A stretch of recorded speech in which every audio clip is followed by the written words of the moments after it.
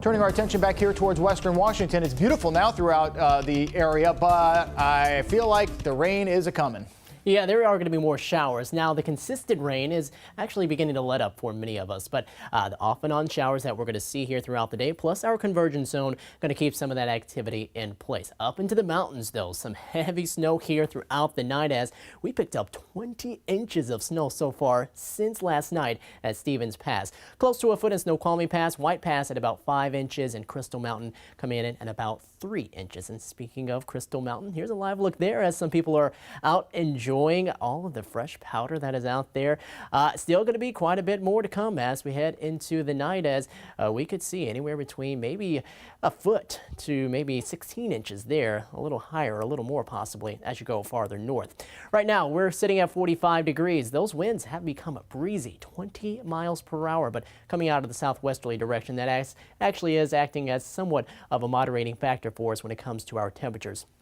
45 in Bremerton, 42 in Tacoma, 43 in Puyallup. Now, of course, it doesn't feel that great with some of the wind that's around, but with this wind continuing to come more out of the west and the southwest behind our front, we're going to see that as we go on into the night, breezy conditions will still be in place for many of us. Now, looking at that as we take a look at some of those gusts and also some of those just plain winds, we do anticipate that as we head into the evening, some of that starts to let up, or at least just slightly for us. We're still noticing winds around 20 miles per hour around Oak Harbor, getting closer to 16 in Everett and 18 in Seattle.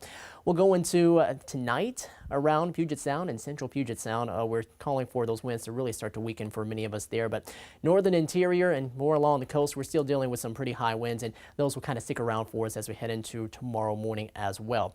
And we have that convergence zone, as I mentioned. We have that rain that's falling across parts of the islands and heading more so closer to Everett as we're dealing with some steadier rain activity right now.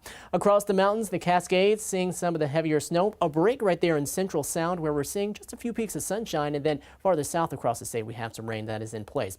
Wind advisory in effect until 4 p.m. later this evening. Gusts up to 55 miles per hour for the north coast and for the northern interior, and then maybe a little stronger up until early tomorrow morning, up to 60 miles per hour with some of those gusts for parts of the islands. Then we have a winter storm warning out for the Cascades. 1 to 2 additional feet still possible here throughout today, tonight, and heading into tomorrow.